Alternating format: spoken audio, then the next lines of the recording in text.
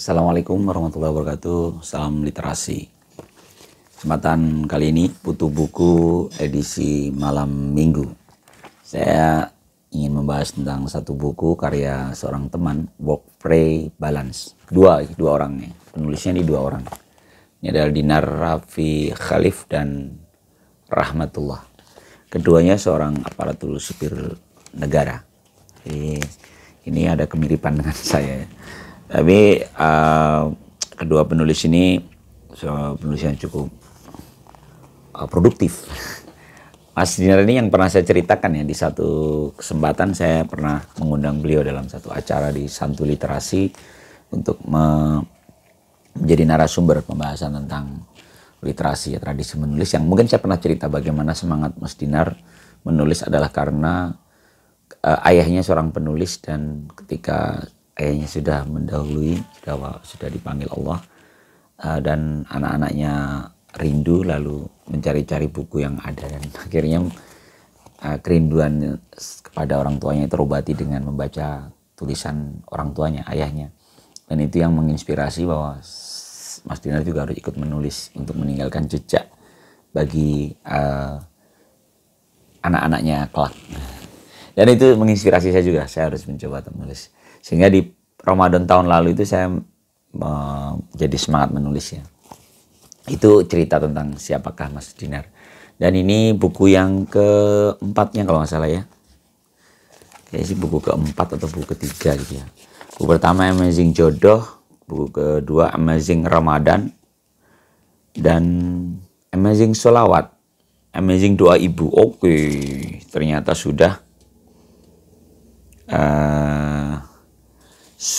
buku yang ke Langkah Menggapai Hidayah. Banyak lah ini, saya nggak tahu. Tapi udah cukup produktif Pak Mas Dinar ini. Dan saat ini yang saya pegang ini adalah buku yang cukup menarik, Work Pray Balance ya. Di saat populer dengan work balance itu ya, keseimbangan dalam bekerja. Ini keseimbangan bekerja dan berdoa. Buku yang kecil, sederhana, namun cukup padat makna dan sangat menarik karena saya terima ini menjelang Ramadan ya. Sepertinya ini menjadi teman atau bekalan kita dalam menyiapkan diri di bulan Ramadan, cukup cocok gitu.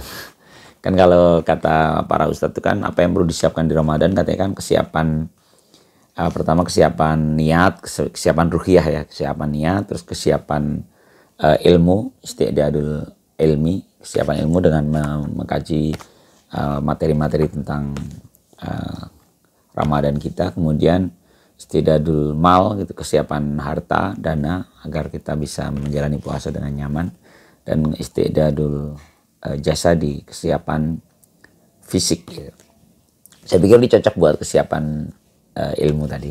Di sini apalagi bagi saya nih ya, yang harus tetap bekerja di bulan Ramadan ya, karena ternyata work and pray itu harus balance, harus seimbang. Di sini dibagi menjadi dua, buku ini dibagi dua menjadi work balance dan pray balance. Jadi keseimbangan di pekerjaan dan keseimbangan dalam berdoa. Menarik sekali di buku ini, di keseimbangan dalam bekerja itu dibagi menjadi 15 judul ya. 15 judul, dan keseimbangan dalam berdoa itu ada 17 judul. Nah, di sini diawali dengan atas nama Yang Maha Kuasa. Jadi pekerjaan itu tentu harus diniatkan dengan atas nama Allah gitu ya. Kekuatan bismillah saat kita bekerja, saat berangkat ke kantor, saat memimpin rapat, saat melakukan apapun dengan nama Allah itu menjadi kekuatan tersendiri, karena itu niat kita itu mempengaruhi dari kualitas pekerjaan kita. Saya pikir ini hadis yang sangat populer, innama a'malu binniyat ya.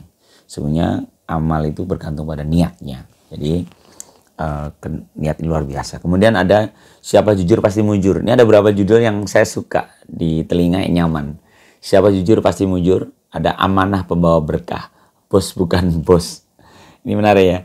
Jadi bersanjak gitu, jujur mujur ya. Kejujuran menjadi bekal dalam kita bekerja yang seimbang tadi. Begitu juga amanah membawa berkah. Jadi kalau kau pegang amanah, berkah itu kan aziyadatun ni'mah. Berkah itu adalah penambahan kenikmatan. Jadi sebenarnya kalau kita memegang teguh amanah kita menjaga kepercayaan orang lain, amanah yang telah diserahkan menjadi tugas kita, maka keberkahan itu menunggu, penambahan kenikmatan itulah yang datang akan kita terima, dan itu sebuah janji yang pasti. Kayaknya hukum kasualitas ya. Kemudian ada bos bukan bos, ini saya juga sempat ketika baca judulnya, maksudnya apa sih gitu, bos bukan bos. Ternyata ini maksudnya bos itu harusnya tetap tidak bosi gitu ya, tidak bersikap seperti bos ya, dia harus tetap ikut mendampingi. Ada tegar bagi Ibrahim, ini adalah bagaimana kita istiqomah gitu. Tegar itu kan dia teguh ya dalam menjalani satu gigih dalam menjalani pekerjaannya, atau disiplin seperti Hudhud yang disiplin, pasukannya Nabi Sulaiman yang disiplin. Ada juga analisa beban rezeki, ini juga menarik. Analisa beban rezeki ini bagaimana kok dianalisa sih beban rezeki? Ini sebenarnya itu dia sering penulis ini mengingatkan bahwa terkadang kita ini tidak optimal dalam pekerjaan kita. Misalnya kita berleha-leha di satu sisi, sehingga akhirnya rezeki yang kita terima, atau kalau kita karyawan yang mendapatkan gaji, jangan-jangan gaji yang kita terima itu tidak sepantasnya kita terima, karena di pekerjaan kita ada beberapa yang kita nggak sungguh-sungguh gitu. Nah, jika seperti itu, hati-hati, kata penulis ya, jangan-jangan nanti kita akan diambil gitu. Yang kita telah punya, kita miliki ini bisa diambil karena memang sebenarnya itu bukan hak kita, karena kita tidak sepenuhnya layak mendapatkan reward itu. Menurut saya ini menarik banget ya. Kemudian ada juga multiplier efek sedekah. Jadi bagaimana sedekah itu punya multiplier. Kalau melakukan berbagi maka cepat. Ada hanya modal niat. Modal niat ini seperti di bab pertama tadi ya, bahwa bismillah itu menjadi penting. Manusia multitasking ini juga menarik. Manusia multitasking ini cerita tentang mana multitasking? Manusia multitasking ini seru-seru ya. Jadi multiplier efek ini yang itu. Nah, bagaimana kalau kita bekerja sepanjang hari, apa yang harus kita lakukan? Jadi ada 3 hal dalam sini ya, ada 3 hal yang disampaikan penulis ini. Yang pertama adalah dia singgah ke beberapa hari. Rasulullah ini biasa melakukan hal luar biasa. Pertama, Rasulullah taat mengikuti perintah Allah untuk berkeliling singgah di berbagai tempat, jadi dengan kerendah hatian ya. Kemudian yang kedua, kita harus biasa berkunjung ke tempat-tempat yang berkah dan bertemu orang-orang soleh. Kemudian yang ketiga, perjalanan Isra Mi'raj dilakukan pada sepertiga malam terakhir. Artinya kita harus menghidupkan sepertiga malam terakhir kita. Ini untuk menjadikan seorang menjadi seperti Rasulullah yang multitasking ya, mampu produktif di malam hari dan tetap produktif di siang hari. Produktif dalam bentuk ibadah, namun tetap produktif di siang harinya. Oke, kemudian bab yang kedua itu prebalance, yaitu bagaimana kita berdoa pun dengan seimbang. Diawali dengan bab 16, ini menarik. Bab 16 ini bab pertama di bagian prebalance. Penulis mengangkat awali hari dengan secangkir. Jadi katanya, apakah benar hidup itu dimulai dari ngopi gitu.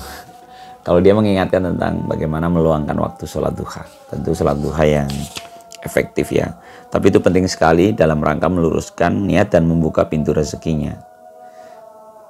Bagaimana doa ya di sholat duha itu kan doanya luar biasa kan. Yang Allahumma inkana rizki fis sama, ya Allah jika rezekiku ada di langit, fa'angzilhu maka turunkanlah. Dan wa inkana fil ardi, jika rezekiku itu ada di dalam bumi, fa'akhrijhu maka keluarkanlah. Wa inkana muassaron, kalau rezekiku itu adalah sukar, sulit, fayassirhu maka mudahkanlah. Wa in kana haraman, jika rezekiku itu haram maka ya fatohirhu maka sucikanlah. Wa in kana ba'idan faqaribhu, dan jika rezekiku itu jauh maka dekatkanlah. Luar biasa. Kan ini penggalan doa salat duha. Jadi sebenarnya salat duha ini pintu mengangkat tangan kita berdoa ya. Dan beberapa penggalan-penggalan dengan contoh-contoh yang sederhana tapi mengena bagaimana kita harus rajin berdoa yang efektif gitu ya. Bahkan ini ada satu bab tentang umroh setiap hari. Bagaimana umroh setiap pagi, yaitu dengan kita iktikaf di masjid ya sampai dengan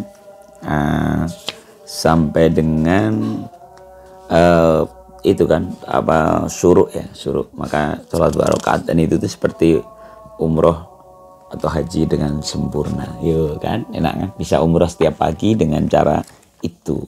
Apalagi nanti di bulan Ramadan ya. Sebenarnya ada kedahsyatan kalam Allah ya di situ, bagaimana dengan tilawah itu ya. Bahkan kalau hadisnya kan sebaik-baik kalian adalah orang yang belajar Al-Quran dan yang mengajarkannya. Itu riwayat Bukhari ya. Khairukum man ta'allama al-Qur'ana wa 'allamahu ya. Itu bagaimana kita harus berdekatan dengan Al-Quran. Lalu kayaknya banyak ya, termasuk seni, bagaimana seni menahan diri. Itu kan bagaimana kita mengisi bulan Ramadan ya. Maka di akhirnya, di bab terakhir itu tentang membidik tropi Ramadan. Ini cocok, makanya emang buku ini cocok dibaca di saat ini. Makanya saya pas banget menerima buku ini dari penulisnya langsung. Kemarin dikirimkan dan pas menjelang Ramadan.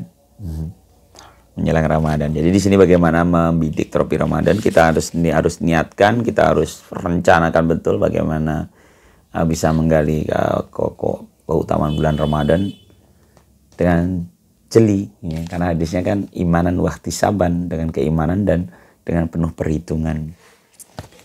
Buku yang seru ya. Saya pikir kalau ada teman-teman yang tertarik nanti bisa hubungi langsung ke Mas Dinar Raffi Khalif, ada di Instagramnya Dinar Raffi Khalif.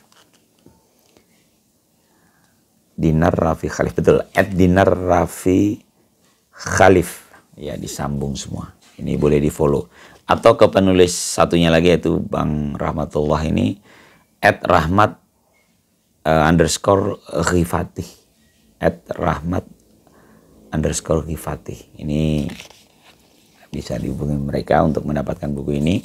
Buku ini diberikan kata pengantar langsung oleh Yuni Wibawa, Ketua Umum DKM Masjid Al-Amanah Kemenkeu ya. Jadi ada di Masjid Kemenkeu yang di lapangan Banteng. Oke ya, cukup ya. Salam literasi. Assalamualaikum warahmatullahi wabarakatuh.